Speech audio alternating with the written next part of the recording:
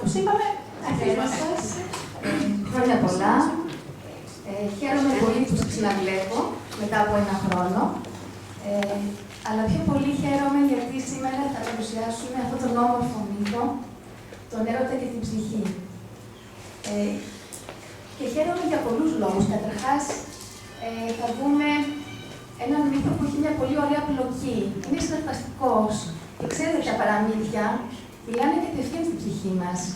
Είναι αυτό που λέει ο Ελίτης, αυτή η γλώσσα που δεν έχει αλφάβητο. Είναι ακριβώς η ίδια η γλώσσα των ονείρων. Μια φορά βλέπουμε όνειρα και όταν ξυπνάμε δεν τα θυμόμαστε. Δεν θυμόμαστε ακριβώς τι έχουμε δει. Θυμόμαστε μερικές εικόνες, αλλά αυτά μας έχουν μιλήσει. Ας μην έχουμε καταλάβει ακριβώς τι θέλουν να μας πούνε. Στην καρδιά μας και στην ψυχή μας, το όνειρο έχει δώσει το μήνυμα. Οπότε έτσι λοιπόν, να αφαιθούμε λίγο σε αυτό το παραμύθι και να μας πάει λίγο πιο βαθιά.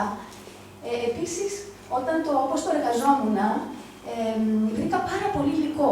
Γιατί αυτός ο όμορφος μύθος έχει εμπνεύσει τον άνθρωπο από την αρχαιότητα, από τα βάθη του χρόνου, μπορώ να πω, και μέχρι σήμερα, ακόμα και φέτος και τώρα, υπάρχουν καλλιτέχνες και άνθρωποι που εμπνέονται και ζωγραφίζουν και κάνουν έργα πάνω σε αυτό το μύθο, τον ελληνικό αυτό μύθο.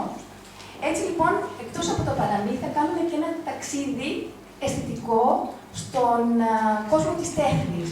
Και θα δούμε πολλούς πίνακες από διάφορες εποχές, από διάφορες θεμοτροπίες, από διάφορα κινήματα. Και τελικά, και νομίζω αυτό που είναι το πιο σημαντικό, είναι ότι αυτός ο μύθος μιλάει στην ψυχή μας, ή μάλλον άπτεται της ψυχής μας. Μπορεί κανείς να βρει πολλά κομμάτια δικά του μέσα σε αυτό το μύθο. Έτσι λοιπόν πρέπει να το προσεγγίσουμε με πολύ σεβασμό, θα έλεγα, γιατί έχει ένα κομμάτι πάρα πολύ ιερό και μας δείχνει πάρα πολλά πράγματα που μπορούμε και να υιοθετήσουμε και να καταλάβουμε όσον αφορά τον εσωτερικό μας κόσμο. Και αυτός ο μύθος είναι σχεδόν τέλειος, έχει τα πάντα μέσα. Έχει στιγμές πόνου, στιγμές χαράς, στιγμές μοναξιάς, έχει σφάλμα, έχει αμφιβολία, έχει αγωνία, έως την τελική νίκη που είναι η αθανασία και ο έρωτας. Ας δούμε λοιπόν την επόμενη διαφάνεια. Θα αρχίσω έτσι λίγο για να δούμε την ιστορία του. Ο μύθος αυτός λοιπόν χάνεται στα βάθη του αιώνα.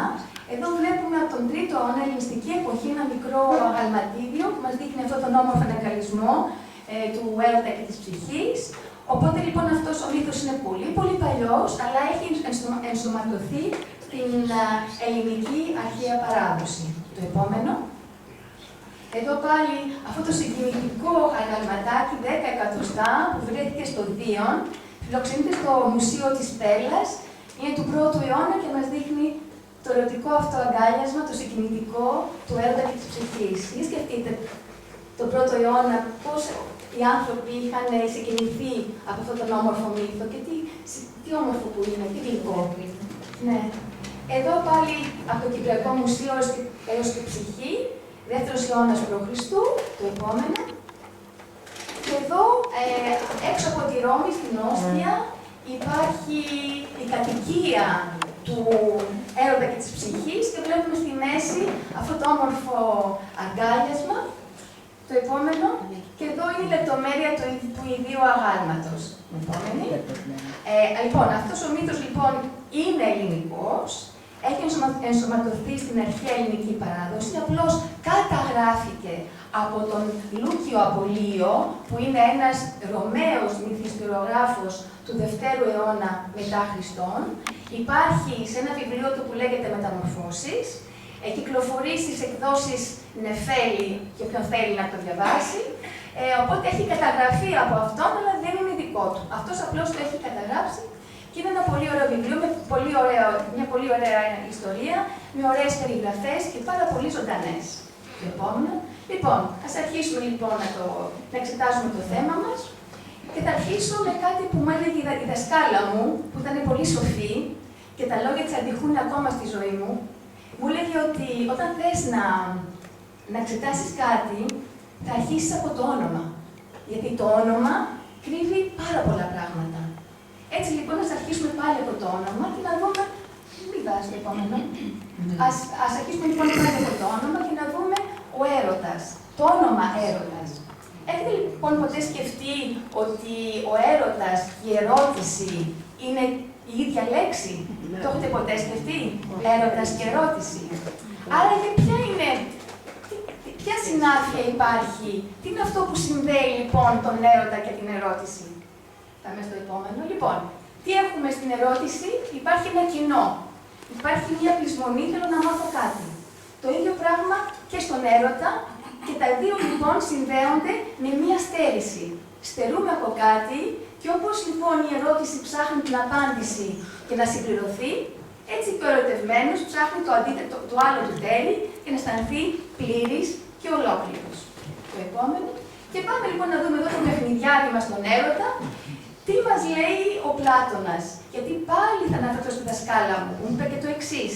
Μου είπε ότι όταν ψάχνεις να βρεις κάτι από ένα πρόσωπο, θα κοιτάς πάντα εκτός από το όνομα. Θα κοιτάς και τους γονείς. Τι σοφό που είναι αυτό? Γιατί μου λέει, μέσα στους γονείς θα βρεις όλα τα υλικά και τα στοιχεία που χρειάζονται και που προσδιορίζουν αυτό που ψάχνεις. Και τελικά αυτό δεν είναι μόνο για τη μυθολογία. Ακόμα και τώρα δεν λέμε ο σοφός λαός, κοίταξε την οικογένειά του να δεις ποιος είναι. Οπότε να δούμε λοιπόν τώρα αυτός ο παιχνιδιάρης και γλυκός έρωτας που στείλει τέτοια παιχνίδια, μας λένε οι ορφικοί ύμνοι, όχι μόνο στους θεούς, στους ανθρώπους, αλλά και στους θεούς, ποιοι είναι οι γονείς του. Λοιπόν, στο Συμπόσιο ο Πλάτων μας λέει ότι η μαμά του είναι η παινία και ο πατέρας του είναι ο πόρος. Τι βλέπουμε λοιπόν? Πάλι παινία. Άρα λοιπόν ο έρωτας γίνεται από μια στέρηση. Τώρα, ο πατέρας του είναι ο πόρος. Άρα ψάχνουμε για ένα πέρασμα. Και τι λέμε? Είμαι άπορος. Είμαι άπορος, δηλαδή έχω απορία. Τι είναι στο επόμενο? Δηλαδή ο άπορος έχει απορία. Και η απορία τι ψάχνει να βρει? Ψάχνει να βρει την απόκριση. Και εμείς τι λέμε? Βρήκα ανταπόκριση στον έρωτά μου. Βλέπετε λοιπόν όλα αυτά πώς δένουν και πώς όλα είναι μαζί. Βέβαια και το ερωτηματικό, αυτό το άγκιστρο, τι θέλει να μας πει? Το έχετε σκεφτεί ότι αυτό ψάχνει κάτι να γραφώσει? Ότι είναι ένα μικρό αγκίστρι που ψάχνει να βρει την απάντησή του? Λοιπόν, γιατί κάτι θέλει για να συμπληρωθεί. Όπως και η φύση. Η φύση όλα θέλουν να ζευγαρώνουν. Η φύση ευνοεί το ζευγάρωμα. Τίποτα δεν θέλει να μένει μόνο του. Όλα πάνε μαζί. Από τους ανθρώπους, από τα ζώα, από τις σκέψεις, από τα ηλεκτρόνια που ζευγαρώνουν με τα πρωτόνια, τα πάντα θέλουν να είναι μαζί, να ενώνονται, να ζευγαρώνουν. Πάμε λοιπόν στο επόμενο.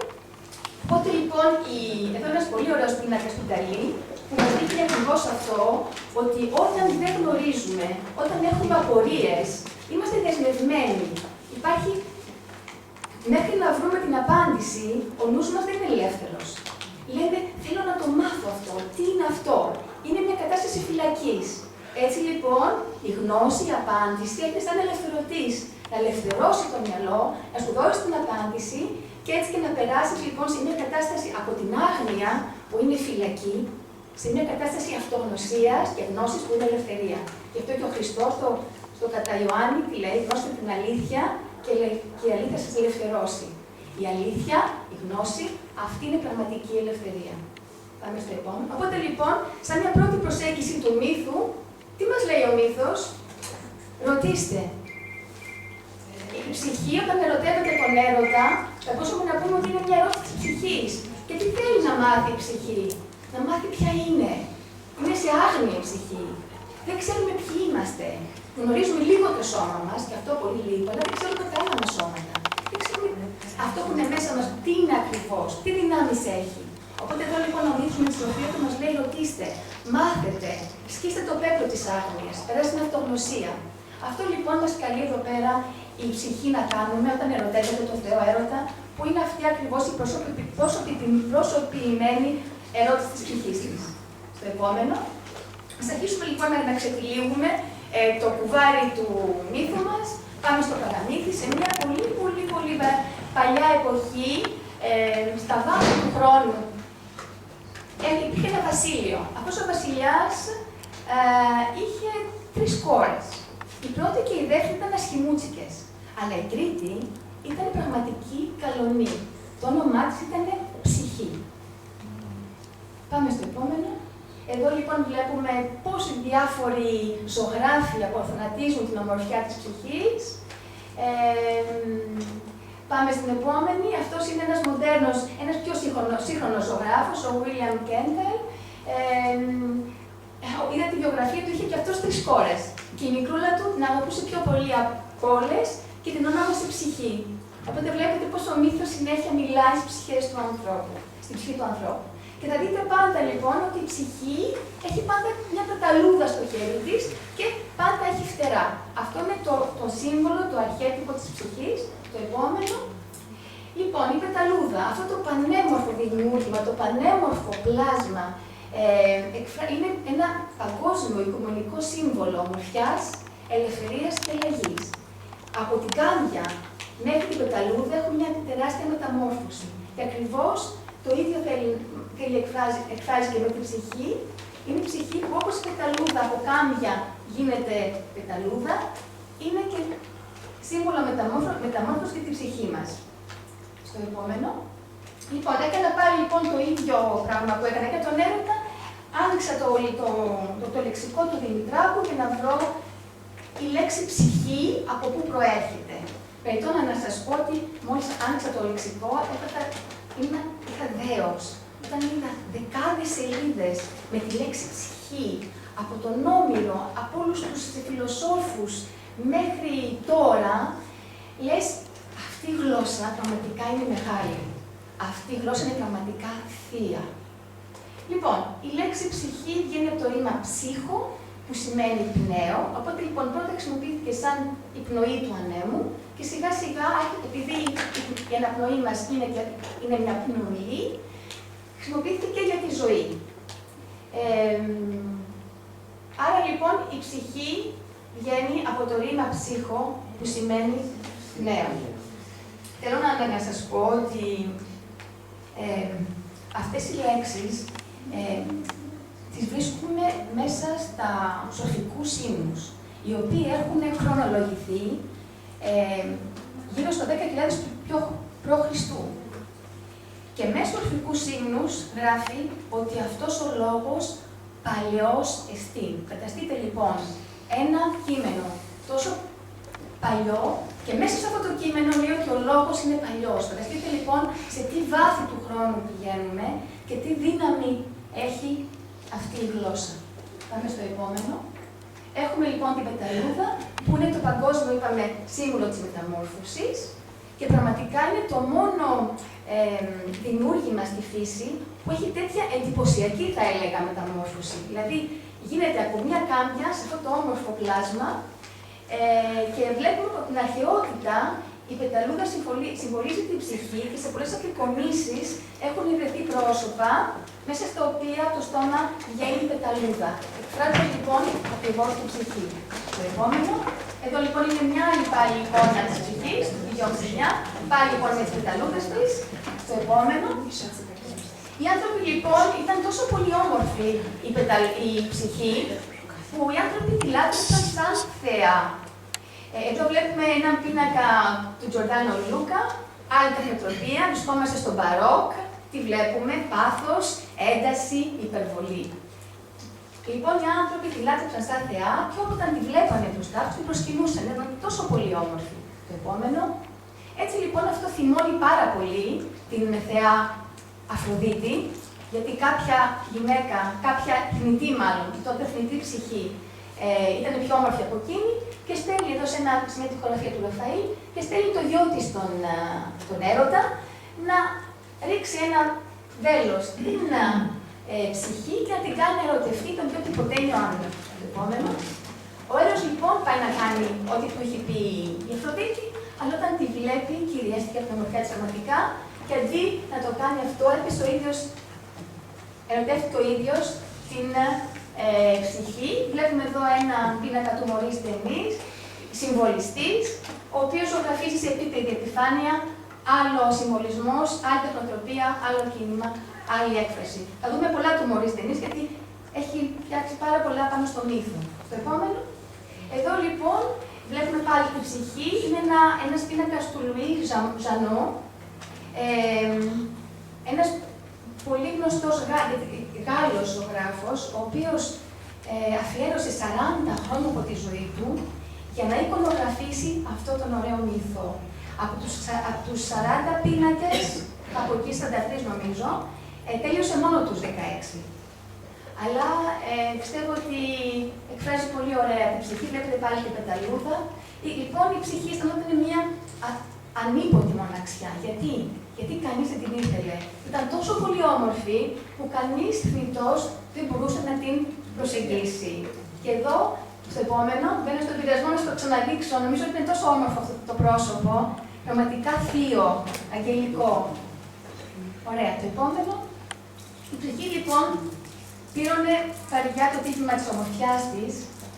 Και τι θέλει να μας πει εδώ πέρα ο μύθος, ότι η ψυχή τελικά από τη γέννησή της έχει κάτι το ανώτερο, κάτι το υπερβατικό. Γι' αυτό και κανείς θνητός δεν μπορεί να γίνει σύντροφός της. Είναι φτιαγμένο για κάποιο άλλο πεπρωμένο, πολύ πιο υψηλό. Το επόμενο. Έτσι λοιπόν οι γονείς της δεν ξέρουν τι να κάνουν, πηγαίνουν στο μαντίο του Απόλλωνα, στη Μίλητο, κάνουν θυσία και τους ζητάνε ένα χρησμό τι πρέπει να γίνει με την κόρη τους για να παντρευτεί και γιατί βιώνει αυτή όλη τη μοναξιά. Το επόμενο, αλίμονο. Ο χρησμός είναι πολύ σκληρός. Η απάντηση είναι ότι η ψυχή πρέπει να παντρευτεί ένα φτερωτό, φρικτό φίδι και πρέπει για αυτό το λόγο, δεν υπάρχει καμία άλλη λύση για αυτό το θέμα. Είναι ο χρησμός που το λέει. Πρέπει όλοι να υπακούσουν, τότε υπακούγανε στους χρησμούς του Απόλλωνα. Και πρέπει να την οδηγήσουν σε ένα μέρος, όπως τους είπε ο χρησμός, και να περιμένει τον σύντροφό της, αυτό λοιπόν το φοβερό φίδι που τη δύναμή του τη σεβόταν και ο ίδιος ο Δίας. Το επόμενο. Εδώ λοιπόν βλέπουμε έναν άλλο πίνακα, ρεαλισμός, άλλη τεχνοτροπία, ο ρεαλισμός που αρνείται το συναίσθημα και περιγράφει ακριβώς αυτό που είναι στην πραγματικότητα. Έτσι λοιπόν την ψυχή της συνοδεύουν νύφοι για να πάει να δει τον σύντροφό της. Το επόμενο. Και την αφήνουν, πάλι το Μωρίς Δενής, ο πίνακας, και την αφήνουν στο βουνό, όπως είχε πει ο χρησμός, χωρίς να κοιτάξουν πίσω. Αυτό το χωρίς να κοιτάξουν πίσω λέει πολλά. Όταν παίρνουμε αποφάσεις στη ζωή μας, δεν κοιτάμε πίσω. Γιατί αν κοιτάξουμε πίσω, το παρελθόν είναι τόσο δυνατό που θα μας γραπώσει και θα μας αφήσει να κάνουμε το βήμα. Λοιπόν, αυτό είναι πάλι του Λουί Ζανό ο πίνακας. Αυτή η ανάβαση στο βουνό, τι σημαίνει. Το βουνό είναι ένα σύμβολο που είναι ψηλά. Άρα τι δείχνει. Δείχνει μια τάση προς ανάταση, προς ανωτερότητα. Στην αρχαιότητα, ο ήλιος λατρεύεται σε μέρη κορυφής, σε ιερά κορυφής. Το έχουμε εμείς στην Ελλάδα, τον προφήτη Ηλία. Όλα τα ξοκλήσια είναι πάνω στους λόφους. Οι Ολύμπιοι πάνω στον Όλυμπο. Στο χριστιανισμό, στο όρο Σταβόρ που έγινε η μεταμόρφωση. Στο όρο Σινά, επί του όρου Ομιλία. Αυτό λοιπόν δείχνει αυτή η ανάβαση λοιπόν, ότι η ψυχή λοιπόν εδώ μεταφορικά οδηγείται σε μια κατάσταση πιο ψηλή από αυτή που βίωνε μέχρι τώρα. Είναι αυτή η τάση για ανωτερότητα. Το επόμενο. Και εδώ ένας πολύ ωραίος πίνακας του Νταλί που το λέει θεότητα ακριβώς εκφράζει, υπάρχει το βέβαια, ο Νταλί δεν αρέσει σε όλους, είναι σουρεαλιστής, αλλά έχει πιάσει αυτό ακριβώς μας δείχνει το βουνό, ένα πρόσωπο το οποίο είναι εξολωμένο που σχεδόν χάνεται και μια όραση που δεν είναι όραση, γιατί είναι προς τα μέσα. Και το ονομάζει θεότητα έτσι όπως το συνέλαβε. Και τα βουνά από πίσω, που είναι ακριβώς, όπως είπαμε, το σύμβολο για πνευματικότητα, για ανάταση. Λοιπόν, και εδώ έχουμε πάλι έναν άλλο ζωγράφο που μας ζωγράφει το θρήνο της ψυχής. Τι είναι αυτός ο θρήνος? Είναι η ύλη. Η ύλη που θρηνεί, γιατί η ψυχή θέλει να φύγει από την ύλη. Θέλει να βρει κάτι άλλο, να ελευθερωθεί από αυτά τα δεσμά. Και όλοι κλαίνε. Καμιά φορά και εμείς το βιώνουμε. Όταν μερικά παιδιά θέλουν να πάνε σε μοναστήρια και δεν τους κλαίνε οι οικογένειές τους. Μπορεί αυτοί να είναι πανευτυχείς, να θέλουν να αισθάνονται πραγματικό ότι βρήκανε την αποστολή τους, αλλά η οικογένεια το θεωρεί θρηνή, ότι τους χάνει, που μπορεί να μην τους κάνει καθόλου. Αλλά όπως το βλέπει ο κόσμος της ύλης, Ο κόσμος της ύλης αυτό το βλέπει σαν απώλεια και θρηνή. Η ύλη πάντα θρηνή γιατί θέλει να τα κρατάει όλα χαμηλά συντονίσει το επίπεδό της. Το επόμενο. Εδώ λοιπόν ποια στιγμή έχουμε, είναι η στιγμή της πρώτης αφύπνισης. Ένας μοντέρνος ζωγράφος, μια πολύ ωραία τεχνοτροπία, διάβασα γι' αυτόν, ζωγραφίζει σε ανεπάλληλα στρώματα και από πίσω υπάρχουν σύμβολα και πάρα πολλά για να δώσει αυτό το ωραίο, αυτή την όμορφη, το ωραίο αποτέλεσμα. Είναι λοιπόν η πρώτη αφύπνιση, η ψυχή κάνει το πρώτο της βήμα, αλλά είναι ακόμα σε ένα στάδιο πολύ, θα λέγα, τρυφερό. Ακόμα δεν έχει σταθεροποιήσει, είναι το πρώτο βήμα, η πρώτη αφύπνιση, θα έλεγα. Επόμενο. Λοιπόν, είπαμε ότι η ψυχή αισθάνεται μόνη της. Δεν τη θέλει κανείς. Αυτό μπορούσαμε να πούμε ότι έχει σχέση με μια μοναξιά που αισθάνονται όλοι οι άνθρωποι. Μια υπαρξιακή μοναξιά. Η ίδια η ψυχή είχε τα πάντα. Ήταν νέα, βασιλοπούλα, είχε τα πλούτη, είχε τα πάντα. Κι όμως τίποτα δεν μπορούσε να την ικανοποιήσει, να της δώσει αυτό, να βρει αυτό που ήθελε. Στο επόμενο, το ίδιο καμιά φορά δεν αισθανόμαστε κι εμείς. Δεν έχουμε μια βαθιά νοσταλγία. Καμιά φορά θέλουμε πράγματα. Δηλαδή να παντρευτούμε, να κάνουμε παιδιά, να πλουτίσουμε και καμιά φορά τα αποκτούμε, τα έχουμε και μετά πάλι δεν είμαστε ευχαριστημένοι. Πάλι η ψυχή μας δεν είναι ικανοποιημένη. Γι' αυτό κιόλας και οι πλούσιοι άνθρωποι είναι πιο δυστυχείς. Γιατί επειδή μπορούν να τα αποκτήσουν όλα, να τα έχουν όλα και τα αποκτούν, και επειδή δεν έχουν τον τρόπο να αποκτήσουν αυτό που θέλει η ψυχή τους, καταλήγουν σε καταθλίψεις, σε ναρκωτικά και τα διάφορα, γιατί η ψυχή θέλει κάτι άλλο. Δεν μπορεί ποτέ ένα κατώτερο υλικό να ικανοποιήσει την ψυχή που έχει άλλες δομήσεις. Το επόμενο. Βρισκόμαστε λοιπόν εδώ στη στιγμή που η ψυχή έχει την εσωτερική της αναζήτηση, πηγαίνει στο βουνό, μένει μόνη της, στρέφεται προς τα μέσα, δεν υπάρχουν πια άλλοι άνθρωποι, υπάρχει μοναξιά. Δεν υπάρχουν ήχοι απ' έξω, οπότε μέσα στην ησυχία μπορεί να ακούσει τη φωνή, τη δικιά της, που θα αρχίσει πια να της μιλάει. Το επόμενο. Εκεί λοιπόν που περιμένει να έρθει να δει τι θα γίνει. Να έρθει το τέρας, περίμενε. Η δύσμηρη, φτάνει ο Ζέφυρος, ο άνεμος, και τη μεταφέρει την ψυχή και την πάει κάπου αλλού. Να δούμε τι θα την πάει λοιπόν. Το επόμενο. Να πω δύο πράγματα για τον Ζέφυρο. Ο Ζέφυρος είναι ένας άνεμος πάρα πολύ απαλός. Ο πιο γλυκός άνεμος. Είναι πολύ πολύ αυρός. Και στην όμορφη αυτό πίνακα βλέπουμε ρομαντισμός, άλλη τεχνοτροφία. Τι ωραία που την δείχνει, που την πιάνει και την μεταφέρει τόσο απαλά και μαλακά. Πάμε στο επόμενο. Και σε αυτή εδώ υπάρχει μια πολύ ωραία ωραίος πίνακας. Ο Auguste Glaise στη Γαλλία θεωρείται από τους μεγαλύτερους ρομαντικούς ζωγράφους. Έχει πολλές τοιχογραφίες σε εκκλησίες στη Λιόν. Κοιτάξτε τι όμορφο, κοιτάξτε η ελαφρότητα. Αυτή η ωραία κίνηση. Νομίζω ότι θα πετάξει και εσύ με αυτό το πίνακα. Δεν ξέρω εγώ, ναι, μου δίνει. Ήθελα απλώς να πω κάτι επιπλέον για το Ζέφυρο. Αν θα κοιτάξετε το όνομα, Ζέφυρος, Ζ-Φ, είναι τα αρχικά του Ζόφος. Δηλαδή, τι μας λέει εδώ ο μύθος, ότι πάμε στο σκοτάδι. Ο Ζέφυρος είναι δυτικός άνεμος. Πάμε λοιπόν, φεύγουμε από αυτό που φαίνεται το εμφανές και πάμε σε ένα χώρο πιο σκοτεινό, πιο εσωτερικό. Το επόμενο. Έτσι λοιπόν, ο Ζέφυρος την ταξιδεύει πολύ ωραία, πολύ ελαφρά και την ακουμπάει απαλά σε ένα πολύ ωραίο μέρος. Το επόμενο. Πηγαίνει και την αφήνει σε ένα μυστικό κήπο. Αυτός ο μυστικός κήπος της ψυχής. Όταν λοιπόν προσγειώθηκε, κοιτάει γύρω της σαστισμένη η ψυχή μας. Τι βλέπει? Παντού ωραία λουλούδια, μικρόλα πουλιά, νερά, δέντρα με σκιές, άνεμος που ευωδιάζει από βότανα και άνθη. Μαγεύεται η ψυχή. Βρίσκεται σε ένα παράδεισο. Το επόμενο.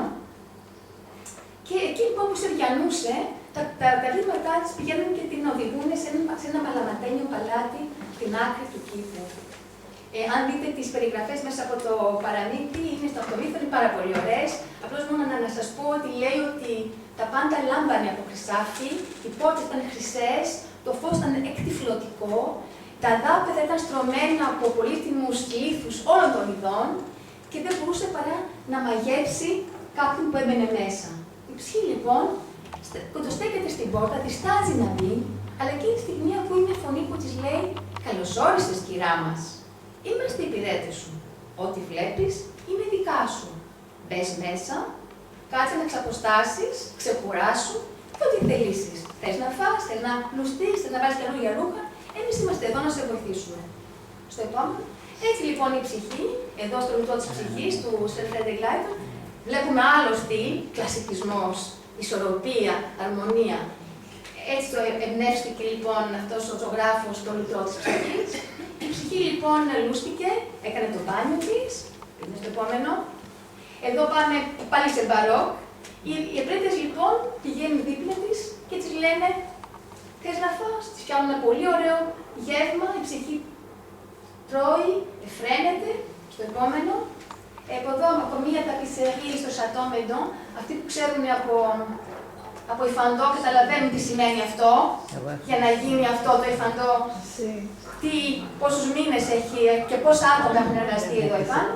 Λοιπόν, η ψυχή λοιπόν της κατάνε συνέχεια στην τροφιά, η ψυχή εφραίνεται. Και στο τέλος, το επόμενο. Λοιπόν, αυτή λοιπόν η αόρατη βοηθή, τι είναι αυτή η αόρατη βοηθή που της μιλάνε, ποιοι είναι αυτοί άραγε? Η αόρατη βοηθή λοιπόν, τι μπορούμε να πούμε, ότι η ψυχή του βρίσκεται σε ένα στάδιο που δεν μπορεί να δει ακριβώς την αλήθεια. Απλώς τα αισθάνεται όλα σαν μια καλοσύνη, σαν μια αγάπη, σαν μια φροντίδα, χωρίς να μπορεί να δει ακριβώς αυτό που συμβαίνει, αισθάνεται όμως όλα τα αποτελέσματα. Θα λέγαμε ότι είναι ο άνθρωπος που όταν κάνει το πρώτο βήμα να βρεθεί σε ένα πιο πνευματικό επίπεδο, αισθάνεται μια γαλήνη, μια χαρά, δεν μπορεί να δει τίποτα. Αυτόν τον κόσμο, τον πολύ ωραίο που μας περιβάλλει. Αλλά εδώ τι μας λέει ο μύθος? Σε κάθε άνθρωπο υπάρχει ένα παλάτι, ένα χρυσό παλάτι. Είναι μέσα μας. Σε κάθε άνθρωπο υπάρχει ένας μυστικός μαγευτικός κήπος. Βρείτε τον. Σε κάθε άνθρωπο υπάρχουν οι αόρατοι βοηθοί, ενωθείτε μαζί τους. Υπάρχουν. Πολλοί μπορούν να σκεφτούν τους αγγέλους, όπως το θέλει να το σκεφτεί ο καθένας. Αλλά αυτά υπάρχουν. Αλλά δεν τα βλέπουμε. Αισθανόμαστε όμως. Τα αισθανόμαστε και κάποτε θα τα δούμε σίγουρα. Πάμε στο επόμενο. Έτσι λοιπόν, αφού λοιπόν έφαγε, ξεκουράστηκε, ντύθηκε, πλήθηκε, οι υπηρέτες την οδηγούν στο δωμάτι στην κάμαρά της και της λέμε να περιμένει το σύντροφό της. Το επόμενο, περίμενε με μια αγωνία για να δει τι θα συμβεί. Οπότε, στο τέλος απόκαμε και κοιμήθηκε. Και εκεί, μέσα στο σκοτάδι, καταφτάνει ο σύντροφός της. Το επόμενο, έτσι λοιπόν, μέσα στο σκοτάδι, χωρίς να δει το πρόσωπό του. Χωρίς ποτέ να τον αντικρίσει. Αισθάνθηκε να την αγκαλιάζει με μεγάλη τρυφερότητα, με μεγάλη στοργή, με μεγάλη προσοχή. Έτσι, η ψυχή ενώνεται ερωτικά με τον σύντροφό της και μένει έτσι αγκαλιασμένη όλο το βράδυ, σε μια ωκεάνια αγαλίαση, θα λέγαμε. Ο σύντροφός της τη γεμίζει, την κρατάει στην αγκαλιά του και τη γεμίζει με χάδια και φιλιά όλο το βράδυ. Αυτή είναι η λεπτομέρεια από έναν ωραίο πινακανιό κλασικό, είναι από το Λούβρο, το επόμενο, είναι του Αντώνιο Κανόβα, η πολύ ωραία και συγκινητική σύνθεση του έργου της ψυχής. Πανέμορφο. Επόμενο. Έτσι λοιπόν, και το πρωί, πριν χαράξει, πριν τον δει ακόμα, ο σύντροφός της φεύγει απρόσμενα, αθέατος, χωρίς να τον δει. Έτσι λοιπόν, πήγαινε στο επόμενο. Αυτό λοιπόν συνεχιζόταν συνέχεια. Ο σύντροφός ήταν αθέατος. Γιατί ήταν αθέατος? Γιατί η ψυχή ακόμα δεν μπορεί να δει αυτό που της συνέβαινε. Δεν ήταν ότι της κρυβότανε ο έρωτας. Δεν ήξερε ακόμα ποιος ήταν, δεν τον είχε δει. Απλώς δεν είχε ακόμα τις ικανότητες η ψυχή να συλλάβει αυτό που της συνέβαινε. Απλώς τον αισθανόταν σαν αγαλίαση, σαν στοργή, σαν αγάπη, σαν έρωτα, σαν συναίσθημα. Στο επόμενο. Αυτή λοιπόν όμως η ζωή της, αυτό λοιπόν γινόταν συνέχεια. Το πρωί ήταν οι υπηρέτες που την υπηρετούσαν, το βράδυ όταν σύντροφός της που τη γέμιζε με χάδια και φιλιά. Αλλά ήταν όμως μια παράξενη ζωή για την για την ψυχή μας. Γιατί δεν έβλεπε ποτέ το πρόσωπό τους. Και αυτό τη στενοχωρούσε πάρα πολύ. Οπότε λοιπόν, το επόμενο, πηγαίνει λοιπόν στον σύντροφό της και τον παρακαλάει πάρα πολύ να την αφήσει να φωνάξει τις αδελφές της.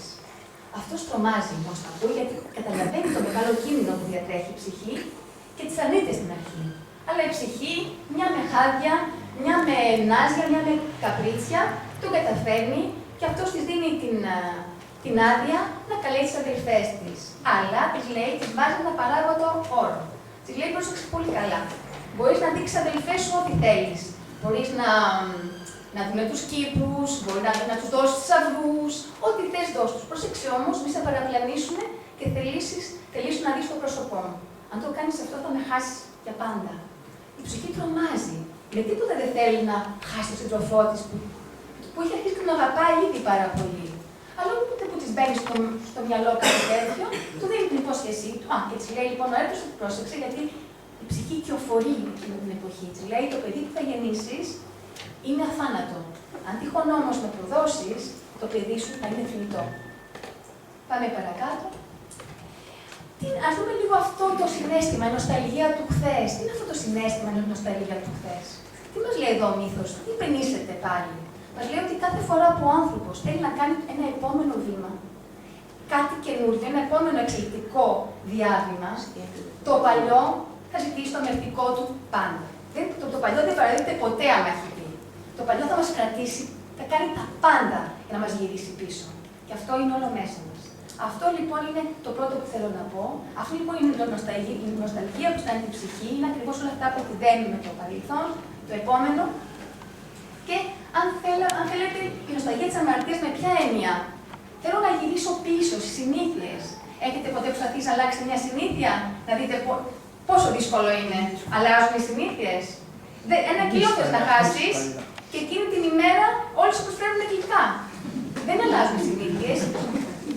Ακόμα και το έξω συνομωτεί για να μην κάνεις το βήμα, γιατί το παλιό δεν θέλει να παραδοθεί. Υπάρχουν αυτές οι έλξη του παλιού. Το επόμενο, τι βλέπουμε λοιπόν εδώ, αυτή η κατάσταση λοιπόν θα την ονομάσαμε η παλινδρόμηση. Η ψυχή, ενώ κάνει το πρώτο βήμα, ξαναγυρίζει πάλι πίσω. Πού θέλει να γυρίσει? Στα παλιά πρότυπα, τα ελιστικά, στα στερεότυπα, στις πεποιθήσεις, αυτά που ξέρει. Κάτι λοιπόν την ξανατραβάει πίσω, στο παρελθόν. Αυτή λοιπόν είναι η παλινδρόμηση. Η ψυχή λοιπόν, αυτά όλα που την τραβάνε πίσω, αυτά που τους παίρνουν από τις αδελφές της. Η ψυχή λοιπόν πάει τις αδελφές της, αυτές έχουν πάει να ποτίσουν τιμή για την αδελφή τους, στο βουνό, όπως κάνανε συχνά, και ξαφνικά από το πουθενά ακούνε τη φωνή του, ακούνε τη φωνή της. Τρελαίνονται. Τι να συμβαίνει άραγε? Και από το πουθενά πάλι, να σου ο Ζέφυρος, της παίρνει στην αγκαλιά του. Αυτή η εικόνα είναι από ένα σύγχρονο βιβλίο που έχει βγει τώρα τελευταία, από μια Αγγλίδα που το έχει ωραία ζωγραφίσει. Λοιπόν, την παίρνει στην αγκαλιά του και πού της πάει? Της πάει στο μυστικό κήπο, στο παλάτι της αδελφής. Εδώ πάμε σε άλλη τεχνοτροπία. Ροκοκό. Τι βλέπουμε? Περίτεχνα, χαρά, στολισμό. Δεν μας αρέσει πάρα πολύ. Εντάξει. Άλλη τεχνοτροπία πιο παλιά. Λοιπόν, η ψυχή τους δείχνει όλους τους σταυρούς, τα παλάτια, τις ομορφιές. Χαίρονται αυτές, αλλά το επόμενο, εδώ φτάνουμε στην κρίσιμη καμπή του μύθου. Στα μύχια της καρδιάς τους. Στα μύχια της καρδιάς τους γεννιέται η ζήλια, ο σπόρος της ζήλιας. Εδώ λοιπόν, από εδώ και πέρα, ο μύθος θα πάρει μια άλλη δραματική εξέλιξη, προοπτική. Την επόμενη, και τι μας λέει εδώ ο μύθος? Μας καλεί να πάρουμε ένα εσωτερικό μονοπάτι. Γιατί όλα αυτά που γίνονται φαινομενικά απ' έξω, δεν γίνονται απ' έξω. Και αυτό θέλω να σας πω, αν δεν το έχετε συλλάβει, νομίζω ότι το έχετε συλλάβει, αλλά θέλω να το πω ότι όλη η μυθολογία, μύθος, αναγραμματισμένος είναι θυμολογία. Θυμός είναι η ψυχή. Η μυθολογία είναι θυμολογία. Όλη η μυθολογία είναι ψυχολογία. Τα τέρατα είναι τα τέρατα μέσα μας. Οι θεοί είναι τα θεϊκά κομμάτια μέσα μας. Τα πάντα. Ο Ηρακλής είναι ο ήρωας μέσα μας. Η Λερναία Ύδρα είναι η Ύδρα ότι τα πάντα είναι μες στην ψυχή. Και αυτό το έχουν καταλάβει και πάρα πολύ τώρα Αμερικανοί ψυχολόγοι, και είναι αυτό που έχουν. Υπάρχει μια σχολή που λέγονται φιλοσοφικοί σύμβουλοι, και περιττώ να σας πω ότι αυτές οι συνεδρίες κοστίζουν πάρα πολύ, αλλά πιστεύω ότι είναι πολύ αποτελεσματικές, γιατί δουλεύει ο ψυχολόγος με το αρχέτυπο. Και το αρχέτυπο μπορεί και πηγαίνει πολύ βαθιά στην ψυχή του ανθρώπου. Εδώ λοιπόν η ψυχή μας λέει ότι από εδώ και πέρα πάμε μέσα. Γίνονται μένα απ' έξω, αλλά πάμε στην ψυχή μας. Ακολουθούμε ένα εσωτερικό μονοπάτι. Οπότε λοιπόν μιλάμε για ένα ψυχικό εσωτερικό δρόμενο, και η ψυχή λοιπόν πάει να συναντήσει τις αδελφές της. Γιατί πάει να τις συναντήσει? Δεν πάει για να τις δει, πάει για να τις αντιμετωπίσει. Εδώ λοιπόν η ψυχή θα έρθει αντιμέτωπη με τις αδελφές της. Ποιες αδελφές της? Είναι τα δικά της τα κομμάτια. Δεν έχουν εξελιχθεί, είναι πιο παλιά. Οι αδελφές είναι πιο μεγάλες. Άρα είναι πιο παλιά κομμάτια δικά της, τα οποία δεν έχουν εξελιχθεί. Έτσι λοιπόν, αυτό που θέλει να τη συναντήσει, δεν είναι επειδή θέλει να τη συναντήσει. Είναι επειδή ότι πρέπει να αναμετρηθεί μαζί τους για να τις νικήσει. Στη ζωή μας, αυτά που συναντούμε, μην νομίζετε ότι τα συναντούμε τυχαία. Ο καθένας συναντά ακριβώς, όλα είναι εσωτερικά. Οι άνθρωποι που συναντούμε, οι δυσκολίες που συναντούμε, εμείς τις καλούμε. Γιατί είναι αυτό που μας χρειάζεται για να προχωρήσουμε. Όπως λοιπόν εδώ και η ψυχή, ότι για να προχωρήσει πρέπει να αντιμετωπίσει τις αδελφές της, και ήταν δικά της κομμάτια που δεν είχαν εξελιχθεί και πρέπει να τις νικήσει. Το επόμενο. Έτσι λοιπόν αυτό συμβαίνει, όλο το σύμπαν είναι μέσα μας. Ο Χριστός το έχει πει, ότι όλα είναι εδώ, όλα στην ψυχή μας. Αυτό λοιπόν που συμβαίνει στην ψυχή, συμβαίνει μέσα της και συμβαίνει και μέσα μας. Είναι μια κατάσταση εσωτερική και εξωτερική. Αυτό το θυμόμαστε όχι μόνο εδώ στο μύθο, αλλά και γενικά. Αυτό που βλέπουμε σαν έξω κόσμο δεν είναι τόσο πολύ εξωτερικός. Αντιμετωπίζουμε την ποιότητα της ψυχής μας κάθε στιγμή, κάθε λεπτό, με κάθε αναπνοή, με τέτοια ακρίβεια. Το πιστεύω, δεν ξέρω, δεν μπορώ να σας το εξηγήσω αυτό. Εγώ το βλέπω με τέτοια μεγάλη ακρίβεια που είναι ανατριχιαστικό. Αυτά που αντιμετωπίζουμε έξω είναι ακριβώς αυτό που χρειάζεται η ψυχή μας για να εξελιχθεί. Τίποτα άλλο. Το επόμενο. Ας πούμε λοιπόν αυτές τις δύο αδελφές, τις ασκημούλικες λίγο. Αυτές λοιπόν οι αδελφές είναι ένα κομμάτι δικό της. Είναι το εγώ της. Και αυτό το εγώ είναι κτισμένο από δύο πράγματα. Από το φόβο και την άγνοια. Ο φόβος και η άγνοια είναι ότι χειρότερο. Από εκεί είναι ο γεννήτωρας όλων των κακών. Ο φθόνος που αισθάνονται την αδελφή τους είναι από άγνοια, είναι από φόβο. Ότι δεν μην χάσουν κάτι. Όλα τα κακά τα γεννούν αυτά τα δύο συναισθήματα. Άρα λοιπόν, πάλι εδώ ο μύθος μας λέει, υπάρχει μέσα στην ψυχή το παλάτι, υπάρχουν οι αόρτοι υπηρέτες, υπάρχουν ο κήπος, αλλά υπάρχουν προσοχή, γιατί οι δύο αδελφές είναι και αυτές μέσα σας. Είναι μέσα μας. Και πρέπει να τις αντιμετωπίσουν. Και εδώ ο μύθος φτάνει σε ένα σημείο που θα έλεγα κορύφωση. Χάρηκα πολύ που βρήκα αυτή την εικόνα, γιατί κοιτάξτε τι ωραία που ταιριάζει. Δείχνει πίσω στην πλάτη της ότι έχει το φτερό της. Έσπασε εδώ το φτερό της. Είναι το σημείο που μπαίνει η αμφιβολία. Αρχίζει και αμφιβάλλει. Λες να είναι αλήθεια. Γιατί τι τις λένε οι αδελφές της λοιπόν? Τις λένε ότι άκου να σου πω, θέλουμε να σου πούμε κάτι. Ο σύντροφός σου δεν είναι αυτός που νομίζεις. Διότι κάνει κάποιο λάθος η ψυχή κάποια στιγμή και μπερδεύεται και τους λέει άλλα άλλον, και έτσι εκείνες καταλαβαίνουν ότι σου έχει κρύψει κάτι και την πιέζουν να τους πει την αλήθεια. Αυτό λοιπόν τις λένε ότι δεν είναι ο σύντροφός σου ένας καλός σύντροφος, ότι είναι ένα φίδι, το οποίο όχι μόνο θα περιμένει να γεννήσει το παιδί σου να το πάρει και θα σε σκοτώσει. Οπότε εκείνη λοιπόν τρομάζει. Από την ηρεμία και την γαλήνη που βρισκόταν η ψυχή της, σαστίζει, θολώνει ο νους της και γίνεται μια φωλιά αμφιβολιών. Το επόμενο, και αυτά είναι ακριβώς αυτό που αισθανόμαστε όταν μπαίνει η αμφιβολία, είναι η μόλυνση στα τρία στάδια. Μολύνεται το απόστημα και στο τέλος το απόστημα χύνεται και μολύνει όλο το σώμα, γιατί η αμφιβολία μολύνει. Τι έχει κάνει ακριβώς η ψυχή? Έχει κάνει χώρο για την αμφιβολία. Και εδώ πάλι μας λέει ο μύθος ότι όταν θέλουμε να αντιμετωπίσουμε κάτι, θα το βιώσουμε πάντα σαν εσωτερική σύγκρουση. Πάντα έτσι θα βιωθεί. Είναι κάτι καλό, αλλά για να το ξεπεράσουμε, θα υπάρξει αυτή η αντίφαση μέσα μας, η σύγκρουση. Ναι. Έτσι λοιπόν η ψυχή είναι κυριευμένη, σημαίνει κυριευμένη. Ότι κάποιος άλλος γίνεται κύριος, δεν δεσπόζω πια τον εαυτό μου, δεν είμαι κύριος του εαυτού μου. Κάτι άλλο πια την εξουσιάζει. Ποιος την εξουσιάζει? Ο φόβος. Και όταν μπαίνει ο φόβος, έρχεται η αγάπη. Ο φόβος την εξουσιάζει και η αμφιβολία. Επόμενο. Εδώ από ένα μοντέρνο πίνακα θα μιλήσω πάλι αυτό που μου έλεγε πάλι η δασκάλα μου, ότι η άγνοια παλεύεται. Η διπλή άγνοια δεν παλεύεται. Η άγνοια είναι όταν δεν ξέρεις, αλλά λες, ξέρω ότι δεν ξέρω. Η διπλή άγνοια είναι αυτό που νομίζουμε, αυτό που βιώνουμε εμείς τώρα, δηλαδή, σε διπλή άγνοια είμαστε όλοι, είναι ότι όχι μόνο δεν ξέρουμε, αλλά νομίζουμε ότι ξέρουμε. Οπότε σε αυτή την περίπτωση δεν υπάρχει τίποτα να κάνεις, εφόσον ξέρεις. Αφού δεν ξέρεις ότι δεν ξέρεις, τελείωσε. Οπότε καλά έλεγε ότι δεν παλεύεται. Λοιπόν, αυτό ακριβώς είναι ο πίνακας, ότι η ψυχή τελικά περνάει από την άγνοια στη διπλή άγνοια. Γιατί πιστεύει πια ότι είναι έτσι. Και αυτό πιστεύω ότι αυτός ο πίνακας δείχνει την τραγικότερη στιγμή του ψυχισμού μας. Όλοι το γνωρίζουμε αυτό την αυτοεπωνόμευση. Κάνουμε σαμποτάζ στον εαυτό μας. Τις ξέρετε αυτές τις φωνές? Ναι, κάτω. Όχι, μην το κάνεις. Αυτό δεν το σκέφτεσαι. Και απειλείσαι. Αυτός θα σου σκοτώσει, θα σου κάνει κακό. Πρόσεξε. Είναι εχθρός αυτός, μακριά. Ή κάτσε, περίμενε να δεις τι θα κάνει. Όλοι θα ξέρουμε αυτά.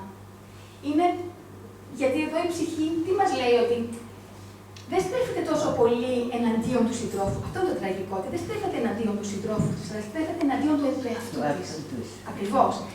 Δεν αμφισβητεί τον άλλον, τον εαυτό της αμφισβητεί. Και αυτό το θέμα ακριβώς ασχολείται και ο Οθέλος, ο Σέξπιρ με τον Οθέλο, ο οποίος σκοτώνει, επειδή την υποψευόταν τη γυναίκα του, τη Δεσδεμόνα, επειδή τον απατούσε. Στο τέλος τη σκοτώνει, επειδή του είχε μπει η ιδέα ότι τον απαντούσε. Ακριβώς είναι αυτός ο ίδιος μηχανισμός, ο οποίος πραγματικά μας διαλύει. Και γιατί το εγώ έχει πάρα πολλούς τρόπους να μας... Είναι δηλαδή το εγώ είναι τόσο πονηρό, είναι απίστευτα πονηρό. Αυτό που μας νομίζουμε ότι είναι η φωνή μας, δεν είναι η φωνή μας. Είναι η φωνή του εγώ. Μεταφιέζεται σαν λύκος και μας λέει ότι εγώ είναι για το καλό σου, και μην κάνεις αυτό, αυτό είναι για το καλό σου και εμείς το πιστεύουμε. Έχει πάρα πολλούς τρόπους και θέλει πάρα πολύ εξυπνάδα. Πρέπει να γίνεις πάρα πολύ έξυπνος και να έχεις πολύ μεγάλη εγρήγορση για να δεις και να ξεφύγεις από τις παγίδες του. Επόμενο. Φτάνουμε λοιπόν εδώ, σε αυτή τη στιγμή που είναι όταν η καρδιά σιωπά. Η ψυχή βάζει μέσα στο σεντόνι ένα μαχαίρι και περιμένει πάλι τον σύντροφό της που έρχονταν κάθε βράδυ. Και ως ανυποψίαστος πλαγιάζει κοντά της, τη γεμίζει πάλι ως συνήθως σε χάδια και φύλλα. Και όταν αποκαμωμένος κοιμάται, εκείνη βγάζει το μαχαίρι για να τον σκοτώσει. Πριν όμως το κάνει αυτό, πηγαίνει στην άκρη του δωματίου, ακροπατώντας, που υπήρχε ένα λιχνάρι, για να δει ποια ήταν αυτό το άσχημο τέρας που κοιμότανε τόσο καιρό δίπλα της. Μέσα λοιπόν στο τρομουλιαστό φως, τι βλέπει? Βλέπει κάτι απερίγραπτο.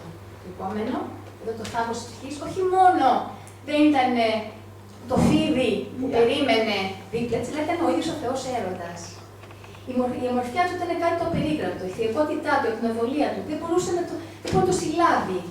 Είχε ψαστήσει, είχε ταμποθεί από τόση μεγάλη ομορφιά. Το επόμενο. Πήγε πιο κοντά να τον δει, πάλι εδώ του Μωρίς, συμβολισμός Μωρίς Ντενής.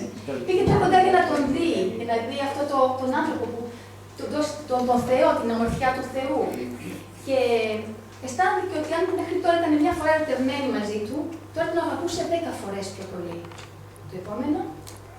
Αλλά εκείνη την ώρα, μια σκέψη της να βρίζει την ψυχή της. Ποια ήταν αυτή η σκέψη? Οι ενοχές, γεννήσει ενοχή, τοξική ενοχή. Και αυτό που θέλω να πω, για αυτό το γράφω τοξική ενοχή, ο μηχανισμός αυτός που την προδίδει και της λέει σκότωσέ τον, αυτός ο ίδιος μηχανισμός, ο δικός της, ο λανθασμένος, της λέει πάλι φταίς. Είναι οι δύο όψεις του ίδιου μηχανισμού. Ο Χριστός ποτέ δεν έκρινε κανέναν. Τι έλεγε σε όσους κάνανε αμαρτίες?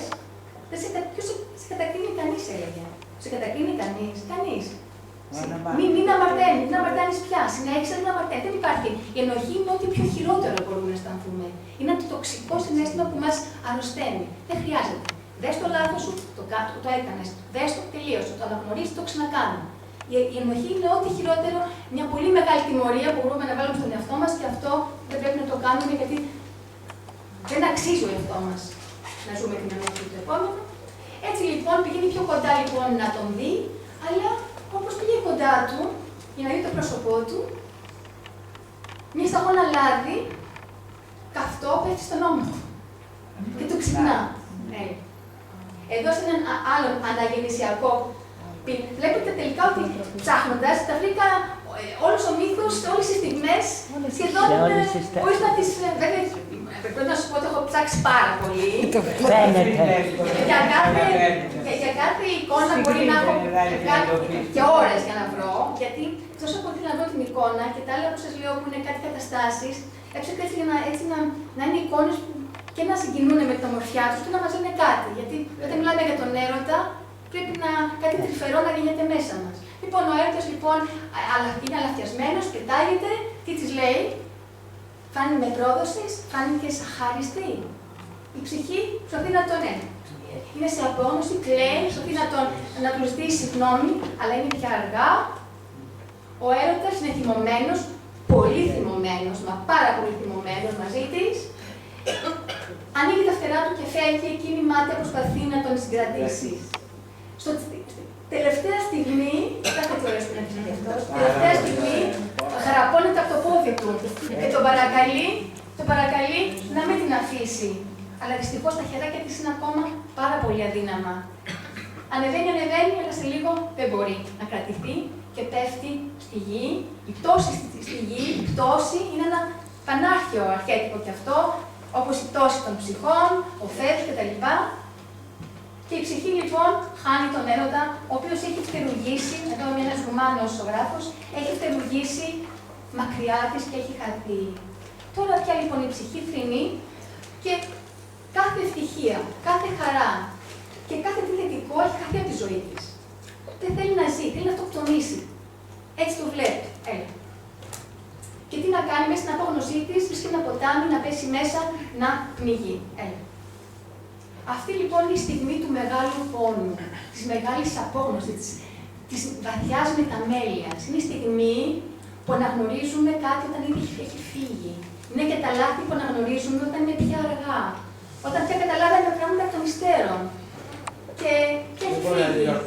Και δεν μπορείς να διορθώσεις. Και αυτή είναι μια πολύ σκληρή στιγμή. Όμως τα πράγματα δεν είναι καθόλου έτσι. Αυτό το βύθισμα στα νερά, αυτό που η ψυχή θέλει να αυτοκτονήσει, τι μας δείχνει? Μας δείχνει ότι να ξεπληθώ, αυτή η κατάδυση είναι σύμβολο οικουμενικού εξαγνισμού, ακριβώς. Έλα στο επόμενο. Αυτή η διάλυση μορφή στα νερά έχει σχέση με τον εξαγνισμό, οπότε ο άνθρωπος πια θα γεννηθεί σε μια καινούργια κατάσταση. Ο νέος άνθρωπος. Είναι αυτό το ίδιο σύμβολο που το έχει εστερνηθεί και ο χριστιανισμός. Δεν είναι όμως χριστιανικό σύμβολο. Η βάπτιση ήταν από τα βάθη των αιώνων, από τους πολύ αρχαίους πολιτισμούς. Οι άνθρωποι βαπτιζόντουσαν σαν ένδειξη μεταμέλειας αλλαγής. Ο παλιός άνθρωπος πεθαίνει, ο καινούριος γεννιέται. Έτσι λοιπόν, τώρα η ψυχή είναι αναγεννημένη, με ένα νέο σκοπό, με ένα νέο στόχο, με μια καινούργια ζωή. Και τελικά όταν βγαίνει από το ποτάμι, βλέπουμε τον Πάνα που έρχεται να την καθησυχάσει και να την παρηγορήσει. Τι είναι ο Πάνας? Ο Πάνας είναι η φύση, η δύναμη της φύσης. Η οποία φύση, τι μας λέει η φύση? Αυτή η ορμή της φύσης σταματάει ποτέ? Με τίποτα. Βλέπουμε ότι το χειμώνα όλα έχουν καεί, όλα έχουν πεθάνει, όλα είναι σκεπασμένα στο χιόνι και ξαφνικά μια μέρα βλέπουμε ένα μικρό βλασταράκι και την επόμενη μέρα έχει γεμίσει περισσότερος τόπος. Αυτή είναι η δύναμη της φύσης και αυτή τη δύναμη την έχουμε μέσα μας. Γιατί είμαστε οι φυσικοί νόμοι που έχουν στην ψυχή μας. Αυτή λοιπόν τη δύναμη, και αυτό είναι πολύ αισιόδοξο που λέω, γιατί οποιαδήποτε η δυσκολία και αν μας βρει και οτιδήποτε κακό, είναι τέτοια η δύναμη αυτή της αναγέννησης της αναζωογόνησης που όλα τα ξεπερνάει. Και πάντα υπάρχουν καινούρια ξεκινήματα. Αυτό λοιπόν εκφράζει ο Πάνας που την παρηγορεί με το γλυκό του λόγο και το τραγούδι του. Τι ξέρετε, ο Πάνας είχε τα όργανα της λύρας που κρατούσε. Λοιπόν, και αυτό το βρήκα σε έναν σύγχρονο, ο Λουί Λαμού είναι σύγχρονος Αμερικανός ποιητής και γράφει και ιστορήματα. Αυτό κρατήστε το. Θα έρθει μια ώρα που θα αισθανθείς ότι τα πάντα τελείωσαν. Η ώρα αυτή θα είναι η αρχή. Εκεί που νομίζεις ότι όλα χάθηκαν, μετά βλέπεις ότι κάτι αναπάντηχο γίνεται και γεμίζεις το και από την αρχή. Το επόμενο. Έτσι λοιπόν η ψυχή τώρα έχει πια ορίσει το νέο της στόχο, ξέρει ποια θα είναι η νέα της διαδρομή. Τι πρέπει να κάνει λοιπόν καταρχάς? Πρέπει να κανονίσει το θέμα με τις αδελφές, που τις έχουν παίξει τέτοιο παιχνίδι. Τι κάνει λοιπόν?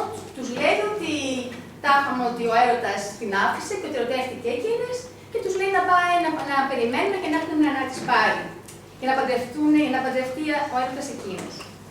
Αλλά εκείνες λοιπόν στο Λύρο δοκιμάζουν και πάνε στο βουνό, περιμένουν, επειδή δεν έχονταν ο έρωτας και περιμένουν, πέφτουν μόνοι τους γιατί όπως πιστεύανε, έχονταν να τις πάρει ο Ζέφυρος. Και βέβαια κρεμοτσακίζονται. Τώρα θα μου πείτε, πώς η ψυχή, η αναγεννημένη ψυχή, αρχίζει τη νέα της πορεία με έναν διπλό φόνο και δει αδελφοκτονία? Πώς γίνεται αυτό? Κι όμως, πάλι συμβολικά, τι μας λέει ο μύθος? Ότι όταν αρχίζεις κάτι καινούριο, πρέπει να κάνεις ένα ξεκαθάρισμα με το παρελθόν. Τι ξεκαθαρίζει? Αυτές τις φωνές, οι οποίες στέλνανε διλήμματα, οι οποίες την κάνανε να αμφιβάλλει, πρέπει να τις εξαφανίσει. Αυτό λοιπόν κάνει η ψυχή, πριν αρχίσει τη νέα της πορεία, ξεκαθαρίζει το παρελθόν της. Και αποφασίζει να έχει άλλη πορεία, αλλά πρώτα να φημώσει τις φωνές αυτές που στέλνανε τις κακές επιλογές μέσα της. Το επόμενο, αυτές λοιπόν οι αδελφές είναι ακριβώς οι αντιφατικές φωνές, τις οποίες πρέπει να τις εξαφανίσει, πρέπει να τις φημώσουμε και εμείς και η ψυχή και όλοι μας για πάντα και να μην τις ακούμε. Είναι οι σιρήνες που πάντα θα μας λένε κάτι, αλλά εμείς πρέπει να είμαστε δυνατοί, να τις αναγνωρίζουμε και να τις φημώνουμε. Τώρα λοιπόν η ψυχή έχει αποφασίσει, θα ακούει μόνο μία φωνή και όχι πολλές φωνές. Έχει πια αναγνωρίσει ποια είναι αυτή η μία φωνή που της μιλάει. Και πια αυτές οι αδελφές φύγανε. Και τόση δύναμη που είχε μέσα στη ψυχή, αυτές έκαναν κατάχρηση της δύναμης αυτής. Ενώ τώρα αυτή η δύναμη, αυτή η ενέργεια είναι πια δικιά της να τη βάλει. Και πραγματικά δεν το έχετε αισθανθεί αυτό. Πολλές φορές όλα αυτά πόσο μας αποζουμάνε την ενέργειά μας και μας αφήνουν άδειους. Και δεν μπορούμε να εκπληρώσουμε τα όνειρά μας και τους στόχους μας. Γιατί είναι αυτές οι φωνές που μας τραβάνε από εδώ και από εκεί και δεν μας αφήνουν να κάνουμε το επόμενο βήμα. Και αυτός ο υπέροχος πίνακας του ελληνικού Βέμπερ, συμβολιστής, η ψυχή ανάμεσα στην αμφιβολία και την πίστη. Και η ψυχή τι επιλέγει? Επιλέγει τη δύναμη, την πίστη, που είναι ακλόνητη δύναμη και είμαι εστιασμένος στο νέο μου στόχο, στο νέο μου σκοπό. Και εδώ αυτό θέλω να σας παρουσιάσω. Είναι μία σύγχρονη, η Σάρον Κάμινγκς, μια σύγχρονη Αμερικανίδα ζωγράφος, η οποία λέγεται, είναι healer. Χρησιμοποιεί την ζωγραφική για να κάνει θεραπείες. Αυτή η νοοτροπία είναι πολύ ενδιαφέρον όλο αυτό που κάνει, αλλά αυτό που θέλω να σας δείξω είναι αυτό το σχήμα. Αυτό το σχήμα εκφράζει, είναι ένα αρχαίο σύμβολο που εκφράζει την ενότητα. Είναι τα δύο τη στιγμή που γίνονται ένα. Κοιτάξτε λίγο αυτό το μεσαίο το σχήμα. Πήγαινε στο επόμενο μανί. Τι είναι αυτό? Αυτό είναι το πρώτο κύτταρο. Είναι τη στιγμή που το σπερματοζωάριο μπαίνει στον πυρήνα του αερίου και γίνεται αυτό. Για λίγα δευτερόλεπτα, μάλλον για λίγο πιο πολλή ώρα, τα δύο γίνανε ένα. Αυτό είναι ένα πολύ μυστικό σύμβολο και λένε ότι αυτό το σύμβολο, αυτό έχει μιλήσει, λέγεται στα λατινικά Vesica Piscis, ο Πλάτων έχει μιλήσει πάρα πολύ γι' αυτό. Δυστυχώς όλα αυτά δεν μας γίνονται γνωστά. Πολλά πράγματα πολύ σημαντικά δεν τα γνωρίζουμε, δεν έχουν γίνει γνωστά από τα σχολεία. Δυστυχώς, είναι λυπηρό. Είναι λοιπόν η στιγμή που τα δύο γίνονται ένα. Και πάμε στο. Κοιτάξτε λοιπόν αυτό το σχηματάκι που γίνεται μέσα. Λοιπόν, αυτό το κύτταρο, ήθελα να πω, ποτέ δεν χάνεται. Λένε ότι αυτό το κύτταρο δεν το χάνουμε ποτέ και βρίσκεται πάντα αποθηκευμένο στο σώμα μας κάπου πίσω από τον αφαλό.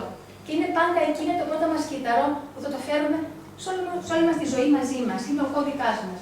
Και αν δείτε αυτό το σχήμα, μαζί με την ουρά, σχηματίζει ένα ψάρι. Και το ηχθής του Ιησού Χριστού το σήμα, Ιησούς Χριστός Θεός, Θεού Υιός Σωτήρ, εκτός από τα αρχικά, είναι και αυτό το πράγμα, η ένωση. Που τι σημαίνει? Είμαστε ένα σημείο, μία ψυχή, μία φλόγα, σε όλους τους ανθρώπους. Παρά όλα αυτά που μας χωρίζουν, που μόνο αυτά βλέπουμε. Όταν κοιτάμε τον άλλο, πέστε μου, πόσες φορές λέμε τι όμοιο έχω με τον άλλον και τι λέμε, τι διαφορετικό. Μόλις αντικρίζουμε τον άλλον, μέσω λέμε πόσο διαφορετικός είναι από εμάς. Έτσι δεν είναι? Έτσι δεν δρούμε? Αυτό είναι η άλλη συμπεριφορά, η άλλη επιλογή. Βλέπω ότι πίσω από σένα και από μένα είναι η ίδια ψυχή, μία φλόγα. Είμαστε φλογείς από την ίδια φλόγα, τη φλόγα του Χριστού, η ίδια ψυχή που καίει μια καρδιά όλο φωτιά που καίει σε όλους τους ανθρώπους. Είτε αυτή είναι καλή, είτε είναι κακή, δεν έχει σημασία, είναι κακές επιλογές, μπορεί να το αλλάξουν. Κάποια στιγμή μπορεί να μετανιώσουν. Αλλά πίσω από όλα αυτά είναι το θεϊκό σπέρμα σε όλους τους ανθρώπους. Και αυτό θέλω να πω ότι ίσως όταν προσεγγίζουμε τους ανθρώπους, ας σκεφτόμαστε πιο πολύ τι μας ενώνει με τους άλλους, παρά τι μας χωρίζει. Είναι πολύ σημαντικό. Θέλω να κάνουμε διάλειμμα και να συνεχίσω. Ωραία. Βλέπω πως κουραστήκατε. Λοιπόν,